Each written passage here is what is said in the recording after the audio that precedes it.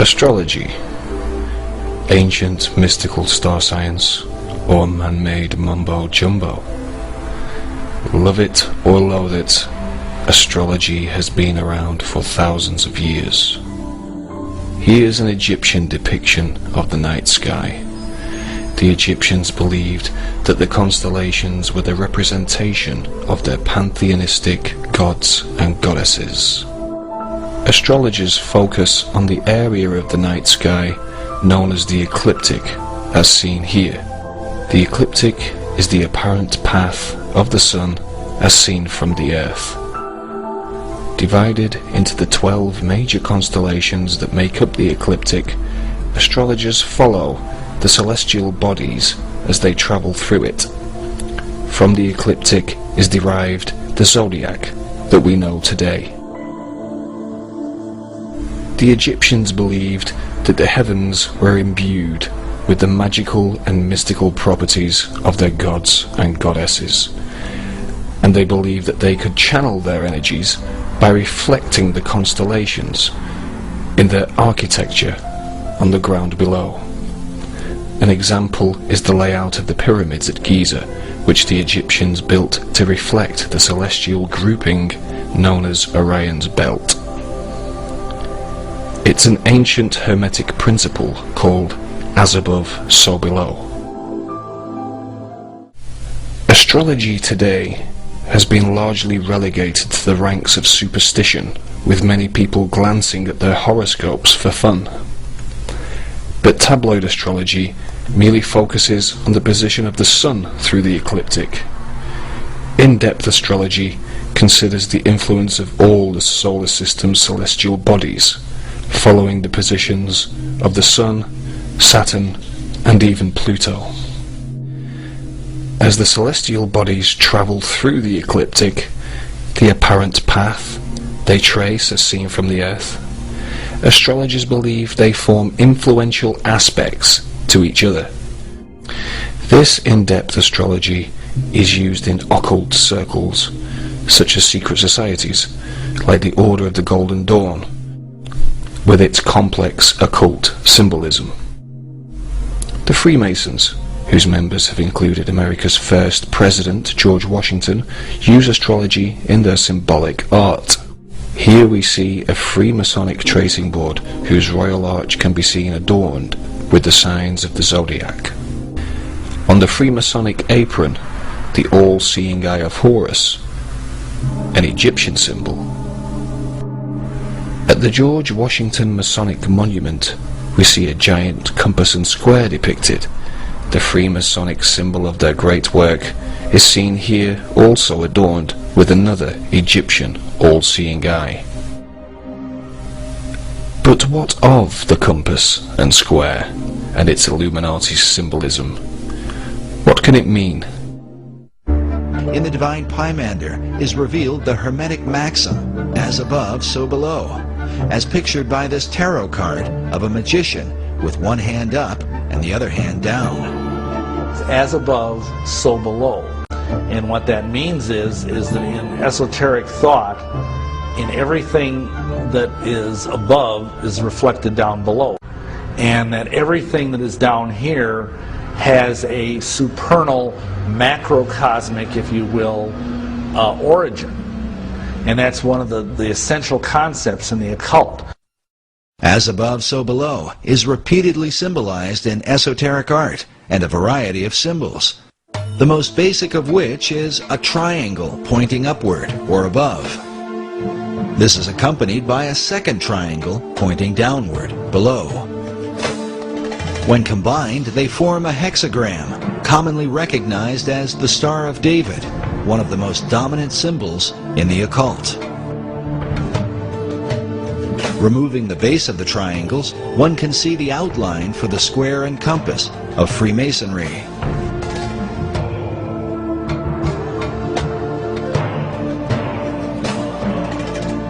This next image shows what Manly Hall called the God of Reflections. He is called the Ancient One, perched over a pool of water that reflects his image.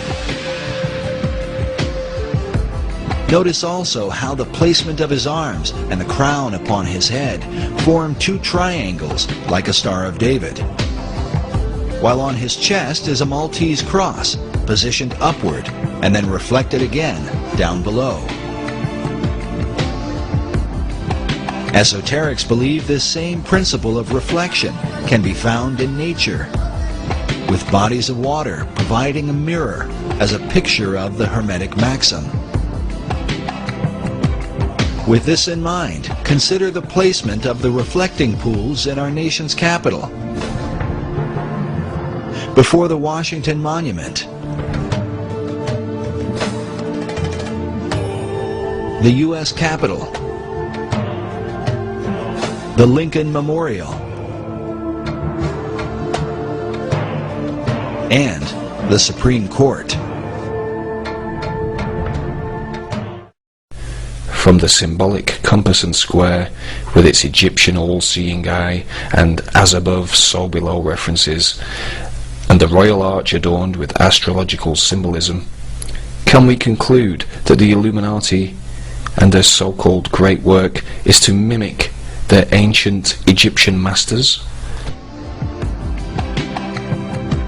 As above, so below. All those individuals that were involved in any type of architecture to the ancients, that philosophy, that dictum, especially in Freemasonry, was as above, so below. What you have in the heavens should reflect, at a certain period of time, that which is on the earth. Federal Triangle was basically reflected from the stars. Washington, D.C. was built according to Hermetic principles, as above, so below. It was laid out to reflect what was going on in the stars, where you had a right-angled triangle surrounding the constellation of Virgo. The right-angled triangle surrounding Virgo is partly reflected in the layout of Federal Triangle. The White House, Washington Monument, and Capitol Building were designed in a right triangle, according to a star pattern above, where three stars surround the constellation Virgo, forming a stellar triangle. With this in mind, consider the following. On September the 11th, 2001, during the incident involving the Twin Towers, there was, above, an important astrological alignment between two of the most astrologically powerful celestial bodies, Saturn and Pluto. They formed an important aspect to each other, a highly destructive one, an opposition. Let us begin by looking at the planet Saturn. Saturn, and its astrological symbolism, is that of the planet of form and structure. It is also known as the planet of materialistic power. Saturn, on 9/11, was in the sign of Gemini, the twins. Gemini also represents multiplicity.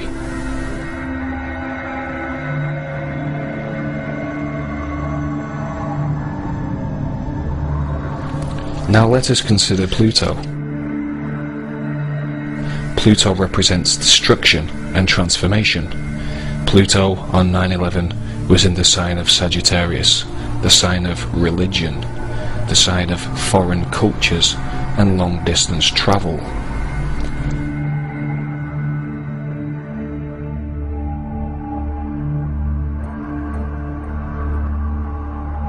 Is the planet of structure in the sign of the twins enough to give us an as above, so below reflection? Is Pluto in the sign of religion enough to give us the as above, so below reflection on 9/11?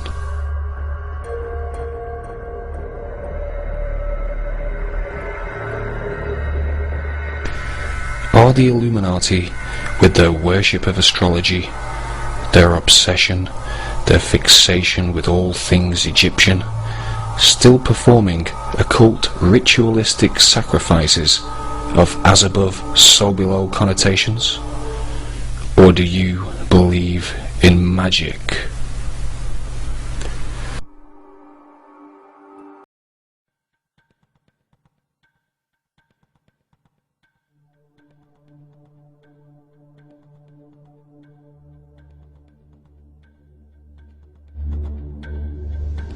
In the previous video, we looked at astrology from its ancient origins, such as from within the Egyptian cultures. We looked at the architectural reflections of important constellations on the ground below, in the Hermetic principle known as above, so below.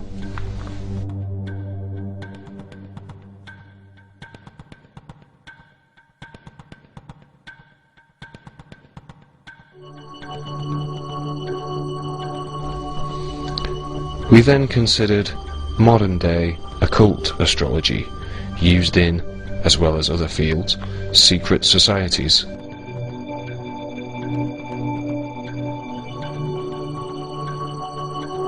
As in the Freemasonic Royal Arch, adorned with the signs of the zodiac, as well as their use of Egyptian symbolism, such as the all-seeing eye, which is seen above the compass and square, a symbol of the architectural tools which are used by the Freemasons to build what they would call their great work, a reflection of that which is above, below, on the ground, mimicking the ancient Egyptian knowledge keepers. With this in mind, we considered the astrological or above configuration of 9/11, the 180-degree opposition between two key astrological planets, Saturn and Pluto. Saturn, the planet of structure and materialistic power, in the sign of the twins and multiplicity, gave us an interesting below reflection, the twinned world trade structural center of materialistic power, complete with multiple floors. Pluto, the planet of transformation through destruction, in the sign of Sagittarius, foreign cultures and religion, brought to our attention another key, interesting below reflection, the role played by the fundamentalist Islamic hijackers that allegedly destroyed the World Trade Center with fanatical religious fervor based on hatred for the West. With such an impressive sky-ground astrological correlation on 9/11, the like of which may never have been seen before with such precision, we ask the question, was there something more to 9/11 than we have been led to believe, or was it all merely astrological synchronicity? A closer look at the sign which Saturn occupied on 9/11 reveals that Gemini, ruled by Mercury, the winged messenger, is the sign of communication. Saturn, whose astrological symbolism also includes restriction, whilst in Gemini, can be said to be astrologically the restriction of communication. And that is certainly something that the official explanation expects us to believe, with both NORAD and the FAA suffering serious setbacks in communication by failing to dispatch interceptive aircraft. More impressive as above so below correlations can be seen when we consider that the topping out or final structural work was completed on the World Trade Center as Saturn entered Gemini years previously in 1971. But it wasn't until some 2 years later that the World Trade Center opening ceremony was held, when Saturn occupied the exact same area of Gemini as it did on 9/11, giving us another remarkable as above so below correlation of Saturn being in the exact same place when the Twin Towers were publicly opened in 1973 and so publicly closed on 9/11/2001. Indeed, there are some striking resemblances between Saturn above and the World Trade Center below. According to the NASA website, Saturn's rings are made up of 7 parts, and remarkably, the World Trade Center has 7 buildings. The occult symbol for Saturn, seen here from the Freemasonic Scottish Rite depiction, is the Seal of Solomon, and the 7th building of the World Trade Center was the Solomon Building. Minoru Yamasaki designed the World Trade Center complex to aesthetically mirror the Islamic temple at Mecca where the black stone of the Kaaba is placed. Many historians believe that the Kaaba itself is a pagan representation of the planet Saturn. Did the Illuminati design and build the World Trade Center complex to hermetically mirror the symbolism of Saturn in some way? Are these 5 direct links between the two entities coincidence, astrological synchronicity, or something else entirely?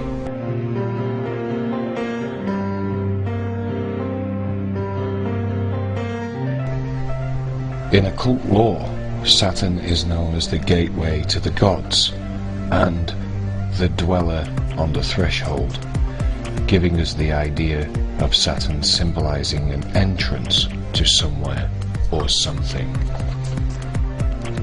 But where? Here is a Freemasonic ritual of someone at the entrance to somewhere, with 2 pillars either side and the seal of Solomon above. Does the entrance lead to a symbolic Temple of Solomon, with the 2 pillars of Boaz and Jachin being ritualistically embodied as the Twin Towers?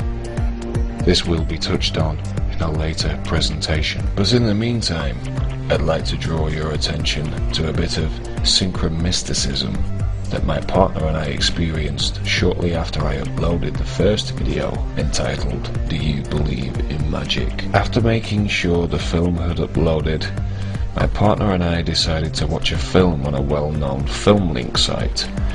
As we scrolled through the vast list of uploaded films, my partner was drawn to a particular title, The 10th Kingdom. I clicked on the title and was taken immediately to this poster designed for the film, released in the year 2000.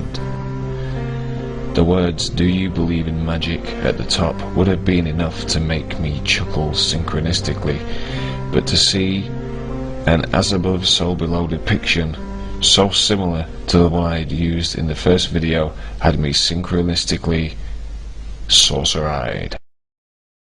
And as if that wasn't enough, the trailer showed us that a time door, or Saturn Solomon Gate, opened up in New York with the Twin Towers as a point of destination.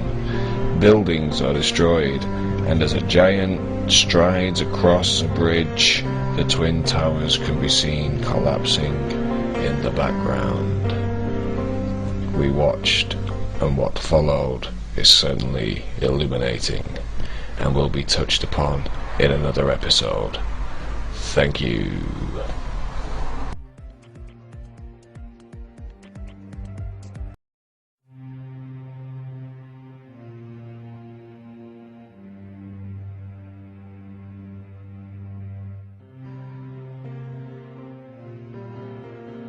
The astrological configuration on 9/11, with Saturn, planet of structure and materialistic power in the sign of Gemini the Twins, gives us a direct as above so below reflection, as does Pluto, planet of transformation through destruction, in the sign of Sagittarius, religion, foreign cultures and long distance travel, symbolic of the alleged hijackers and their religiously inspired plot to destroy the structural center of materialistic power in New York, thereby transforming the country of America and the world in one fell swoop.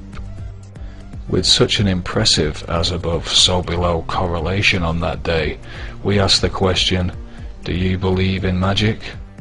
Are these 5 direct correlations between Saturn and the World Trade Center complex coincidence, astrological synchronicity, or are they the result of a little influence by a hidden helping hand? So what of Pluto and its role in the astrological configuration on 9/11? Well, Pluto, astrologically, and its planetary influences are said to govern deep transformation. Pluto also brings past tensions back to the surface, and Pluto also rules all things secretive. astrological Pluto gives us direct as above so below correlations with deep transformations occurring on all levels at the World Trade Center, New York, America, and indeed the world. The long-standing Muslim-Christian tensions were brought back to the surface on a massive scale, and the terrorist organization Al-Qaeda and its alleged secret plot was laid open for all to see. And Pluto, in Sagittarius, the sign of religion, ties all these aspects together with remarkable accuracy. Can events of a celestial nature really so closely mirror those on the ground below? Or is some other force secretly at work? Given that Pluto postdates the origins of ancient astrology and the earlier practices of occult magic, and in the interest of impartial, factual truth-seeking, I find it necessary at this point to explore the history of the recently discovered and recently demoted celestial body, Pluto. The story begins at Lowell Observatory in the USA, where Percival Lowell began searching for his Planet X in 1906. After his death in 1916, his work was continued by Clyde Tombaugh, who, after studying photographic plates of space, discovered the elusive ninth planet, and on March 13, 1930, he announced his discovery in a telegram to Harvard Observatory. The story regarding the eventual naming of the planet begins the very next day in Oxford, England, where a certain Falconer Madden sits for breakfast with his granddaughter, reading about the as yet unnamed discovery in the Sunday Times. Madden asks his granddaughter for a suitable name, and Venetia, who just happens to have read a book about mythological gods, suggests the name Pluto. Madden, so enthralled by the suggestion, runs off to tell his friend Herbert Hall Turner, who just happens to be an astronomer royal. He then telegrams Lowell Observatory, who unanimously decide to accept the suggested name in May 1930. This seemingly non-occultic story takes a bizarre turn when we discover that there was another Saturn-Pluto opposition in 1930, the very essence of this series. Just as surprising is the curious coincidence that Falconer Madden's brother, Henry Madden, is also responsible for naming celestial bodies Mars's moons. And according to Venetia herself, she played no other role in the story than merely saying at some point the word Pluto. In her own words, she admits she remembers very little about the conversation, and that the actual naming of Pluto was entirely Madden's work. And strangely, like the Madden brothers, Pluto and Mars are astrologically linked. Pluto is the higher octave of Mars. Staggering then to find them both linked to two brothers who played key roles in the naming of two astrologically linked celestial bodies.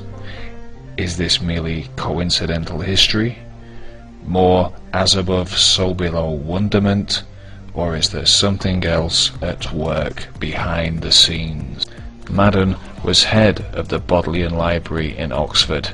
The Bodleian Library is named after its founder, Sir Thomas Bodley, Freemasonic member of the Brotherhood Fratelli Obscuri and cousin of Sir Francis Bacon, the grandfather of modern Freemasonry. Bodleian Library also includes Rhodes House, named in honour of gold and diamond magnate and Master Mason Cecil Rhodes, who conspiratorially initiated the Round Table Group at Oxford, hub of many still largely secret organisations, which include the Club of Rome, the Bilderberg Group, and the Council of Foreign Relations, headed by a certain David Rockefeller. This brings us right back full circle to 9/11 and Dick Cheney, Vice President of America, on that fateful day. It's good to be back at the Council on Foreign Relations. As Pete mentioned, I've been a member for a long time and was actually a director for some period of time. I never mentioned that when I was campaigning for re-election back home in Wyoming.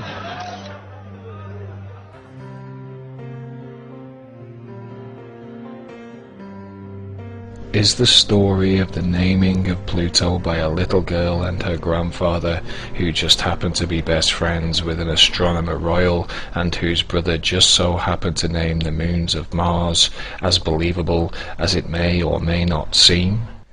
Does the story City of Origin, with its long tradition of master masons and secret organizations, give us justifiable cause to re-evaluate the story's credibility?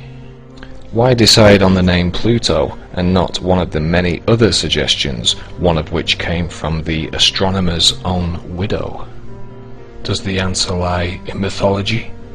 The mythological god Pluto is a direct Roman replica of the Greek god Hades, god of the underworld. Hades is Greek for unseen, and Pluto comes from Pluton, a Greek word which relates to the word wealth.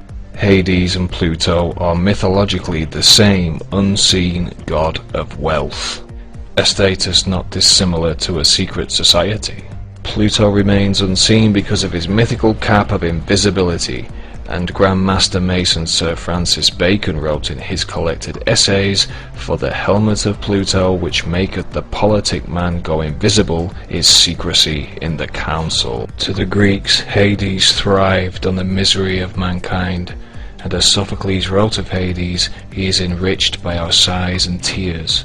With this in mind, consider Bush's key 9/11 speech about the alleged hijackers. Behind them is a cult of evil, which seeks to harm the innocent and thrives on human suffering. Theirs is the worst kind of cruelty. The cruelty that is fed, not weakened, by tears. Perhaps Bush's speechwriters are simply adept astrologers. Or was it an unconscious mythological reference to Al-Qaeda? Or is Bush referring to something far more sinister indeed? Was the planet Pluto named after the unseen god of wealth who is enriched by human pain and whose cap makes the man of politics invisible, to act as a reference for something still largely unseen? Is it merely coincidence that these two entities should be established on the same day of the year? Is it coincidence that the planet and the god will be forever linked with images of virginity? And was the cap of invisibility once again placed upon Pluto in 2006 to prevent the would-be seeker from believing in magic at all? Do you believe in magic?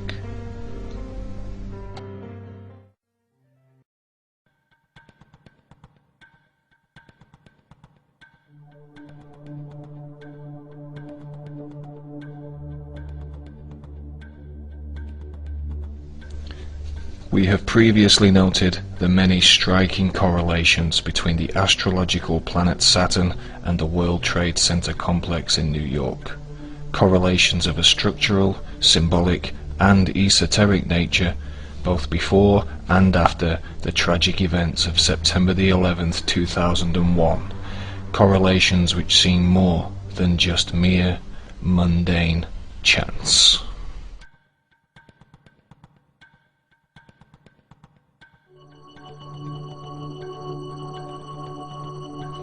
Ancient history is replete with symbolic, freestanding twin structures which often depict a deity at their center, or that simply stand as mysterious markers, like a gateway to some other unknown world beyond.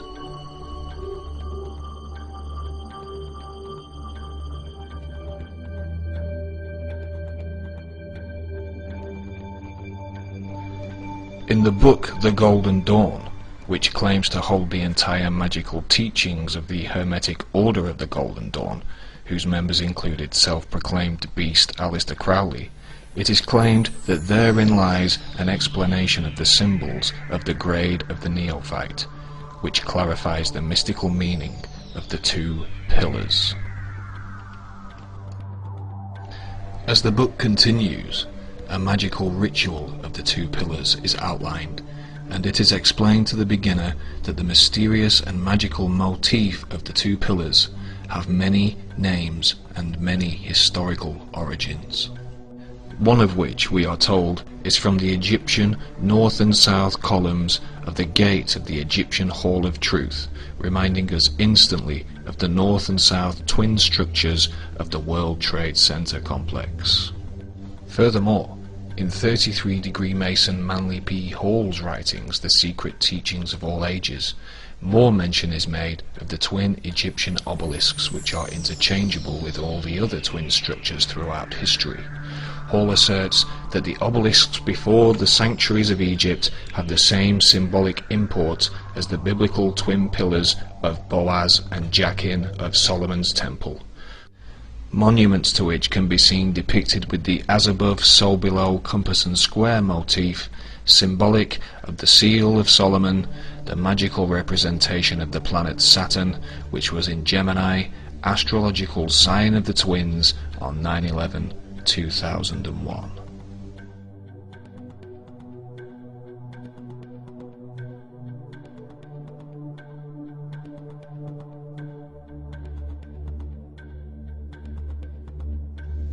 In the King James Bible, Boaz and Jachin are described as each being decorated with checkerwork, and the very same detail is seen surrounding the symbolic pillars in every Freemasonic hall. In the same biblical chapter, Boaz and Jachin are described as being decorated with pomegranates, a feature prominently seen surrounding the Tarot Pack's High Priestess, who sits between the very same pillars.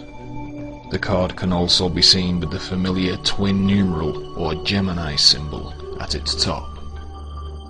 Boaz and Jachin magically represent polarity, polarities of dark and light, female, male, birth and death, and the interchangeable north and south, again reminding us instantly of 9/11's twinned structural centerpiece. In The Secret Teachings of All Ages, Hall states that in the mysterious Sephirothic Tree of Life, these two pillars symbolize severity and mercy. The Tree of Life is, of course, the Kabbalah, a multi-symbolic magical map of consciousness, whose sephira or spheres incorporate the planets of astrology, which are linked by magical paths, each ruled by one of the Tarot Pack's 22 major Arcana cards. The two Masonic pillars Boaz and Jachin are interchangeable with the two outer columns on the Tree of Life, as highlighted here. As Hall stated, they are known as severity and mercy, more examples of their polarity, as noted earlier. The complete Tree of Life is interchangeable with another Freemasonic tracing board as seen here, which is orientated by the letters E for East and W for West at the top and bottom, which consequently orientates the two outer columns of Boaz and Jachin with North and South, giving us another direct hit with the North and South twin towers of 9/11's World Trade Center. Were these twin towers really built to reflect the magical motif of the ancient pillars Boaz and Jachin? Were they built to magically represent the knowledge encoded in the Kabbalah? If so, then where is the middle pillar?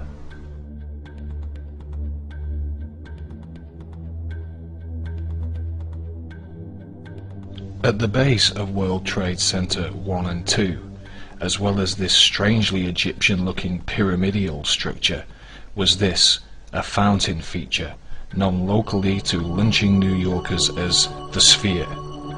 Standing between the two twin towers, the Sphere was commissioned simultaneously as work began at the World Trade Center site in the 1960s, seemingly integral to the complex's original design. The Sphere's actual artistic title is the Great Spherical Caryatid, named by its designer Fritz Koenig. A caryatid architecturally is a replacement pillar or column, and as the caryatid stood between the two towers, our replacement column would first translate to this, then to this, and eventually to this, giving us our missing mystical column.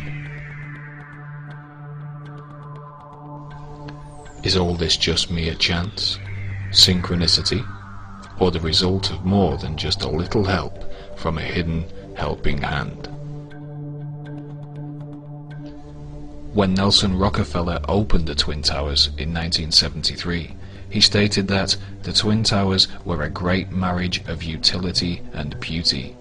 A definition of utility is designed for strength. Was this Rockefeller quote code for the two Freemasonic pillars, also known as strength and beauty?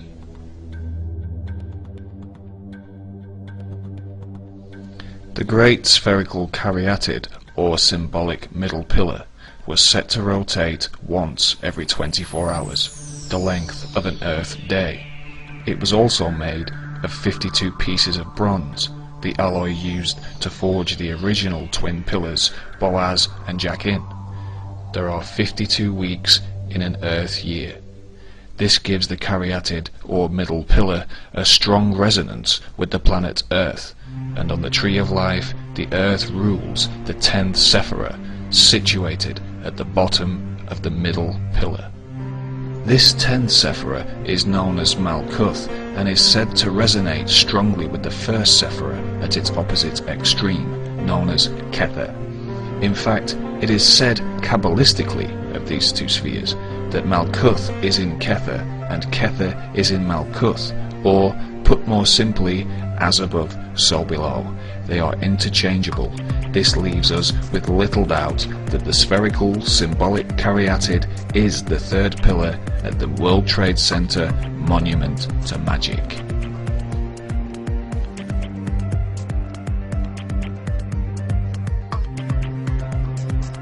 On the Tree of Life, Malkuth, the Earth Sephirah, is the 10th Sephirah. Malkuth means kingdom, and within Malkuth lies the gate which leads to the other 9 spheres upon the tree. This gate leads to the pathway which is ruled by the World Tarot card, which relates to the planet Saturn. The symbol for Saturn, the cross, is called the Tau, which is represented Kabbalistically by the letters TH, reminding us instantly of the poster for the 10th Kingdom with the same motif, in which a magical gate opens between the 10th Kingdom, New York Earth, and the other 9 kingdoms, magically informing us that even if you may not, some do believe in magic.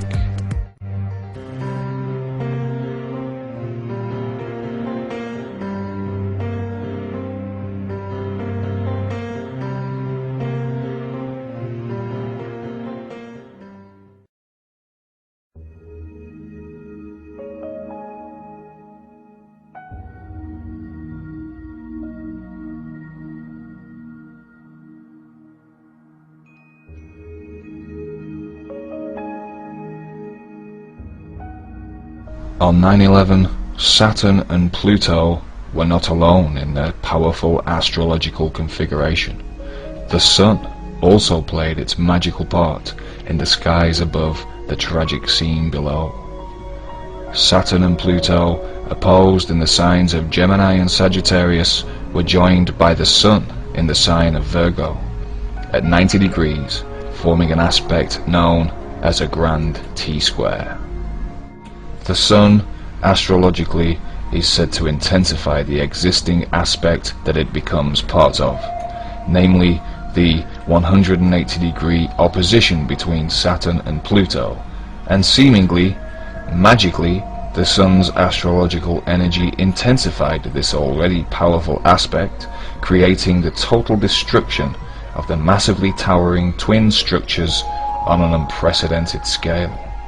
The astrological Sun also governs the aspect of the individual, an individual's personal power, the individual's sense of purpose, and the individual's expression of will. And as the Sun was in the sign of Virgo on 9/11, which is said to rule service to others, the individual's personal power became one of unification. The sense of purpose was to save others' lives, and the expression of will was one of self-sacrifice, with record numbers of the police, ambulance and fire services out in full force, risking life and limb, as well as general members of the public going to great lengths to save the lives of others whilst risking their own. Is this yet another example of as above, so below energy playing itself out upon the world stage? Is there something else about these three planets that would suggest to us that some other force had its part to play that day?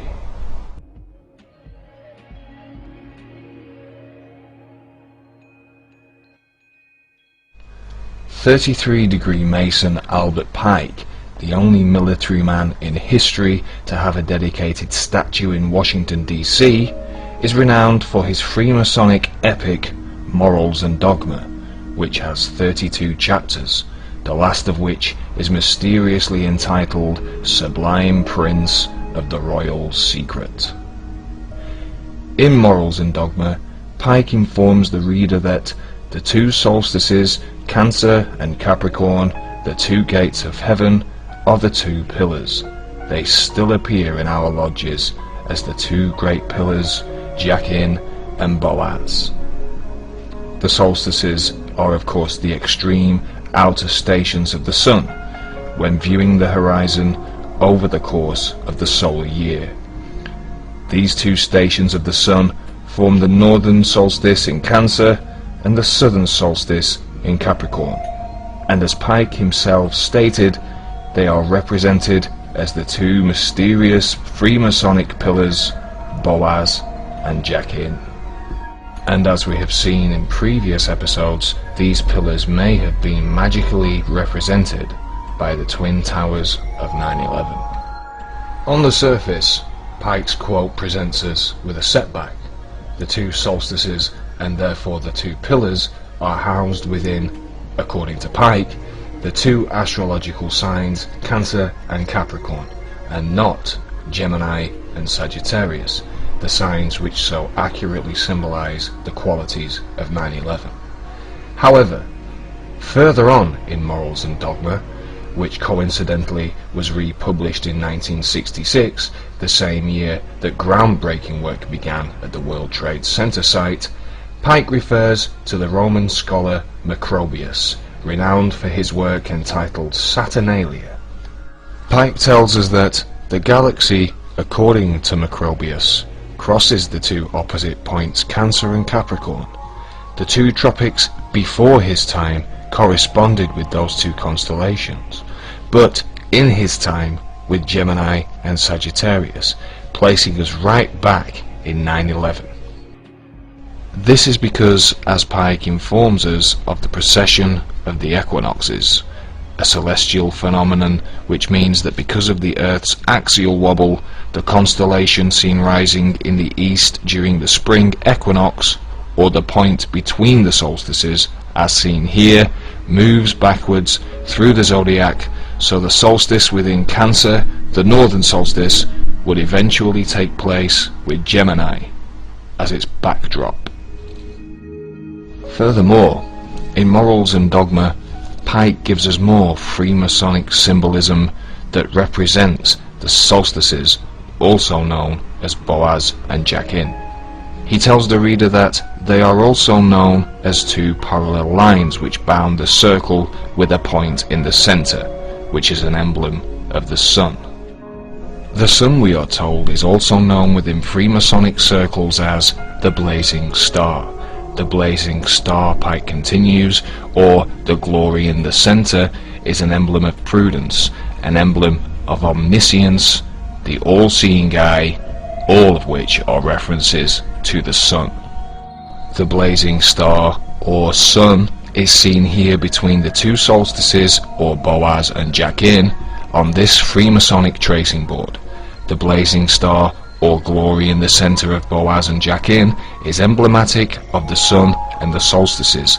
The blazing star, according to Pike, is an emblem of prudence, which astrologically is a quality of Virgo, and the sun was in the very same sign, Virgo, directly within the centre of Pike's reconsidered solstices, Gemini and Sagittarius, on 9/11/2001.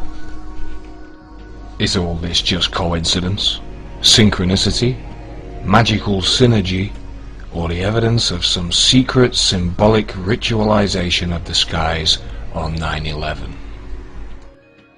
A further look at our three celestial wonders reveals more magical correlations, this time with our multi-symbolic magical map of consciousness, the Kabbalah.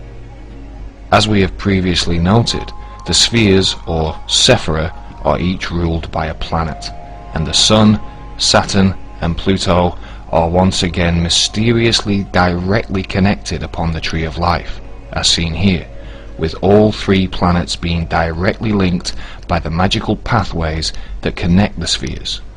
These pathways are each ruled by a tarot card, and the plot definitely thickens when we discover that the path that links Saturn and Pluto is the Magician, our old friend from episode 1, with his by now very familiar as above so below arm positioning. The path linking Saturn and the Sun is the Lover's card, or the Tarot's representation of Gemini, the twins, the sign in which our planet of structure was placed, and the path linking the Sun with Pluto is none other than the High Priestess, guardian of the mysteries, who also sits between our old friends Boaz and Jachin. Can such direct correlations between a global catastrophic event and the world of the occult really be nothing more than mere proof of the accuracy of its teachings? Should we all believe in magic?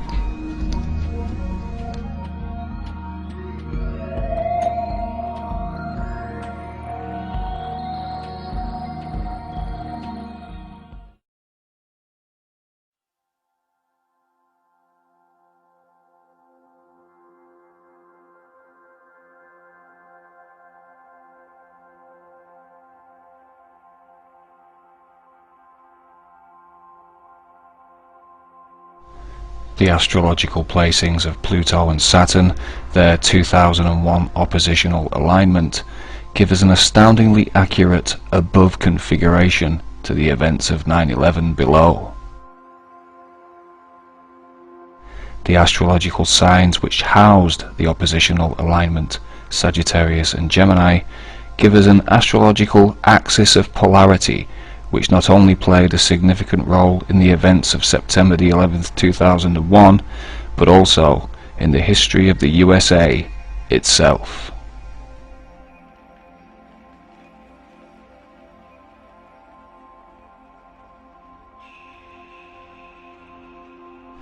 An individual's astrological birth chart is made up of a number of fundamental elements, the basics of which are the zodiac's 12 signs from Aries to Pisces, which are also known as the houses. The first house, traditionally ruled by Aries, when applied to an individual's birth chart, gives the astrologer the point within the chart, known as the ascendant. The ascendant, also known as the rising sign, is indeed the sign seen rising above the eastern horizon at the moment of the individual's birth. When the time, date and location of the individual is ascertained, the rising sign or ascendant can be concluded, and depending on the time, date and locational information, the ascendant can be any one of the 12 signs. Once the ascendant of the individual is determined, the planets can be given their correct house placings and the basic elements of the birth chart are completed. The point opposite the ascendant is known as the descendant, and these two opposite extremes of the birth chart give us another astrological axis of polarity. It is this axis of polarity which has been the focus of intense debate within the US astrological community for some 150 years.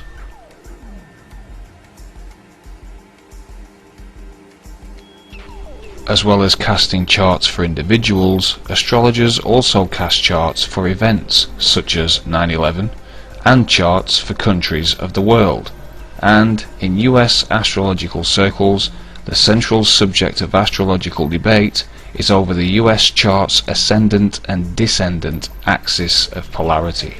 The majority of the US astrological community believe that this ascendant-descendant axis of polarity is either Sagittarius rising Gemini descendant or Gemini rising Sagittarius descendant, the very same axis of polarity that Saturn and Pluto occupied on 9/11/2001.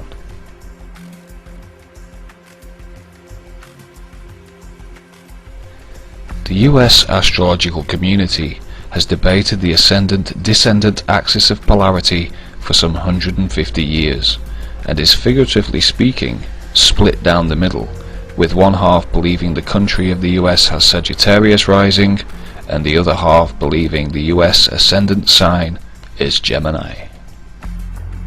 The debate is centered upon the two most notable US birth charts, one cast by 18th century occultist Ebenezer Sibley, and the other by Luke Broughton, the 19th century prominent astrologer. Ebenezer Sibley, who cast a Sagittarius rising chart which was published sometime around 1784, was born in England. Ebenezer Sibley was also a high-ranking Freemason. Luke Broughton, responsible for the Gemini rising chart, published in 1861, was also born in England, and as well as being America's most prominent astrologer of his day, he was also a doctor.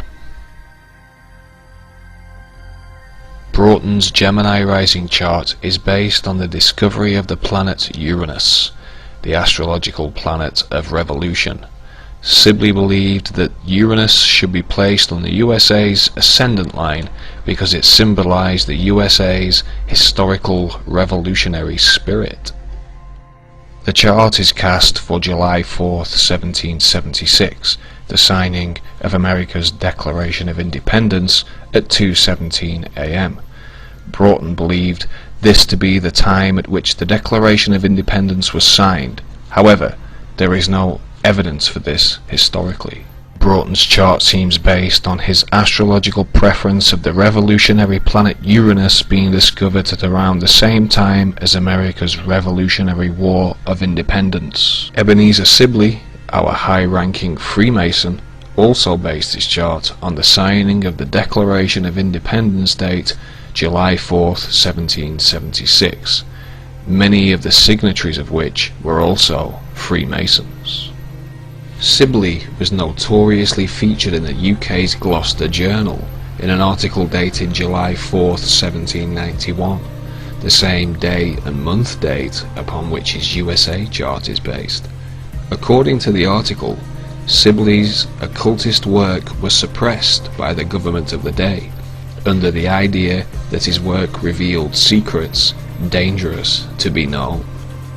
Sibley's chart seems to be based on specific inside information of the actual declaration signing time of 5:10 p.m. and does seem to be backed up by historical evidence.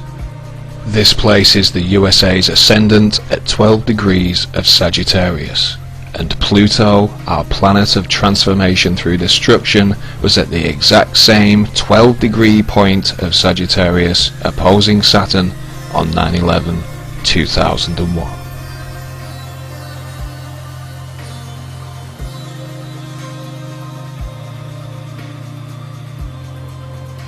The ascendant is the birth line or starting point of the birth chart and its subject.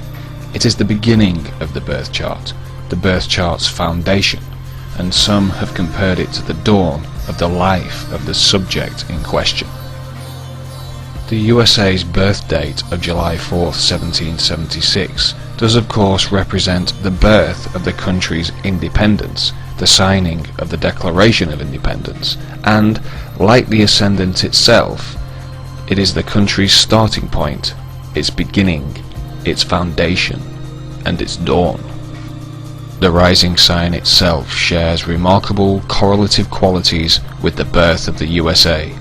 A Sagittarian quality is one of freedom, something that the founding fathers had foremost in their minds at the Declaration signing, the Declaration being commonly known as the first of America's freedom documents. This leads us to more Sagittarian qualities of politics and law. The Declaration was, of course, a political document, the foundation for the other freedom documents of political law, the US Constitution and the Bill of Rights. The 1776 ascendant line of the USA was at 12 degrees Sagittarius, and Pluto, our planet of transformation, was at the exact same degree on 9/11/2001, thus transforming the foundation of the country, which led to the signing of the Patriot Acts, which many have claimed have destroyed the foundation of political and lawful freedom upon which the USA is built. Is all this just coincidence? Synchronicity? As above, so below magical synergy?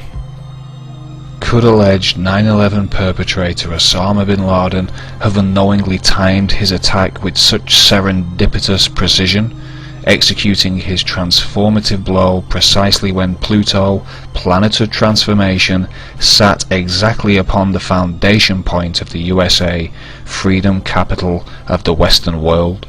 Perhaps bin Laden purposefully used the as above so below energy of the day because he knew that once the US had realized that Our very freedom came under attack. And they had responded to the terrorist organization Al-Qaeda by saying, They cannot touch the foundation of America. the astrological energy of the day and its reverberations would be just too strong, and eventually Bush would be cosmically forced to transform and destroy the foundation of America himself. Perhaps it was one in the all-seeing eye of the great Satan's many occultist secret societies. Or was it the secret societies themselves, because they believe in magic?